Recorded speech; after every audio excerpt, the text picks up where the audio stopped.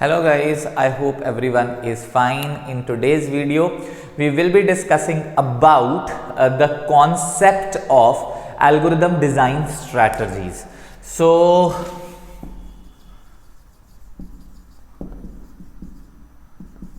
algorithm design strategies.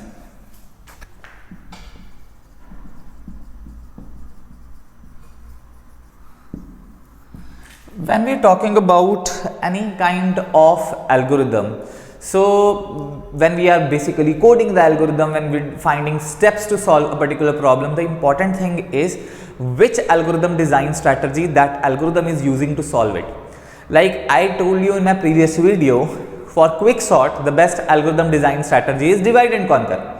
So there are many kind of strategies that basically solve the problem by using their by solving their sub instances, or by solving their sub problems and maybe storing the result of sub problems and then solving them. So there are many algorithm design strategies which are being used. So I'm discussing those. First algorithm design strategy is brute force. Guys, whether it is brute force or it is also known as naive algorithm design strategy. Now what is brute force? Brute force, by the word says, it will definitely solve a problem. Every design strategy will solve a problem, but there are some design strategies that take more time to solve it. Because they will consider they are going to solve every bit of all the instances of the problem. So I would say one design strategy is brute force. Now this design strategy is normally used in pattern matching. You know, when we are talking about pattern matching, or you have a Google search for an example. I won't say that that is a brute force, but if you are going to search anything on Google, you type, like you want to find out design and analysis of algorithm, you write DESIGN. So the moment you write design, there are so many things that will come up for your searches, and you will get whatever you deserve even before you type it. So again, so the design strategy a brute force algorithm uses is that it basically is used for, definitely it is used for pattern matching, it is used to solve assignment problems, it is used to solve even a subset sum problem also. So what it does is it takes every possible instance, tries to match it. If the problem is solved, fine. If it is not solved, it again matches from the very same instance. Like for an example, if I want to search, like say I have written design and I want to search GN in this. So directly, instead of going to GN, it will firstly match G with D, and then again G is not matched with D, then it is going to search from E part. Again G is matched with E, no, it is not find out, then I, then this, and then this. So it means it is covering every possible instance, hence it is a time consuming approach. So we'll discuss about brute force approach in my upcoming videos, but this is a small bit of understanding to your brute force approach. The second approach I would say is the approach which is used in many of the algorithm, which is known as divide and conquer. Guys, by the word says divide and then conquer. Divide means basically dividing the problem into sub problems, solving those sub problems, and merging the solution of sub problems to form the solution of entire problem. So that is a divide and conquer approach, normally used for quicksort.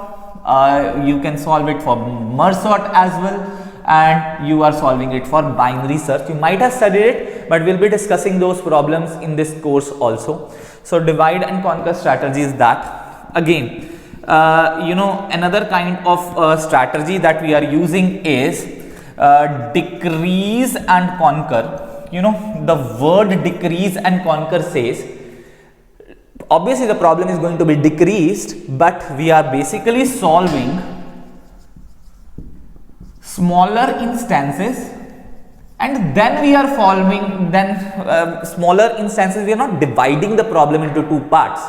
We are solving smaller instances of problem, and then we will decide whether the entire problem can be solved, because it's not a merge solution. It is solving smaller instances. Normally we use a decrease and conquer strategy for BFS and DFS. So we'll be discussing about that. This is decrease and conquer.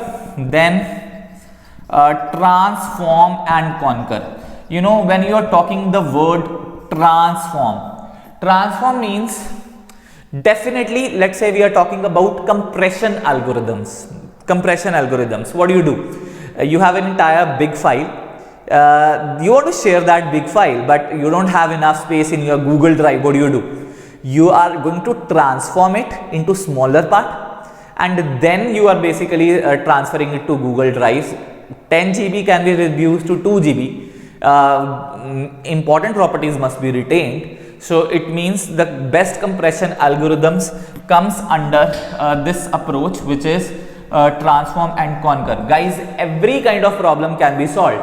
It depends upon what is the problem, understanding the problem, and which design strategy is used. So for compression algorithm, the transform and conquer strategy is the best approach for it. The fifth algorithm design strategy that we are going to apply, fifth would be your backtracking. You know what is backtracking? Backtracking approach is an approach in which we try to form a solution. We find out the solution, but if let's say the solution is not solved in one step, so we have solved the steps. If it is not solved in that step, what we do? We backtrack to make sure. Backtrack means we change our approach and we start from the scratch. So it means we are starting from scratch and we try to find out the solution again. If we are able to solve, fine, but if again, that is what backtracking. If you are on a particular way, you have searched a way on Google Maps, for example, you have not reached to the solution that you actually wanted, or the location where you wanted to reach. What do? You backtrack and make sure that your Google map is you are following the Google Maps properly.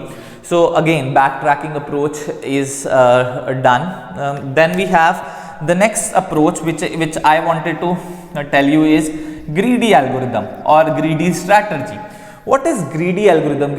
Word greedy says that if I am able to find the shortest path out of this particular location, I'll follow it, irrespective of the consequences. Like for an example, if your Google map is saying you are basically following a Google map and it is saying that it is 2 kilometers away, that is the shortest path you can get, but in 2 kilometers you are finding out some other kind of areas which we cannot reach. So the moment you reach 2 kilometers to a particular place, there you find out that there are a lot of construction work is going on, which is not given in Google Maps, because it can give you error, by the way. So just because you are greedy, you chose a particular path. There were two paths, 2 kilometers, 4.2 kilometers. You find out because it is giving you a shortest path. So you pick that particular location irrespective of there are many construction work which are going on. Again, that is the greedy approach that you used, and it can give us an optimal solution. It may not give us an optimal solution. The next approach is dynamic programming. You know, when you are using the word dynamic programming, guys, the word dynamic programming always gives you an optimal solution. You know, when we are talking about dynamic programming, it always gives you optimal solution. Why? Because in dynamic programming, we always save the sub solution part and we can use it to our own effect in various applications. So we are going to solve the problem into sub problems, and we are not going to divide it.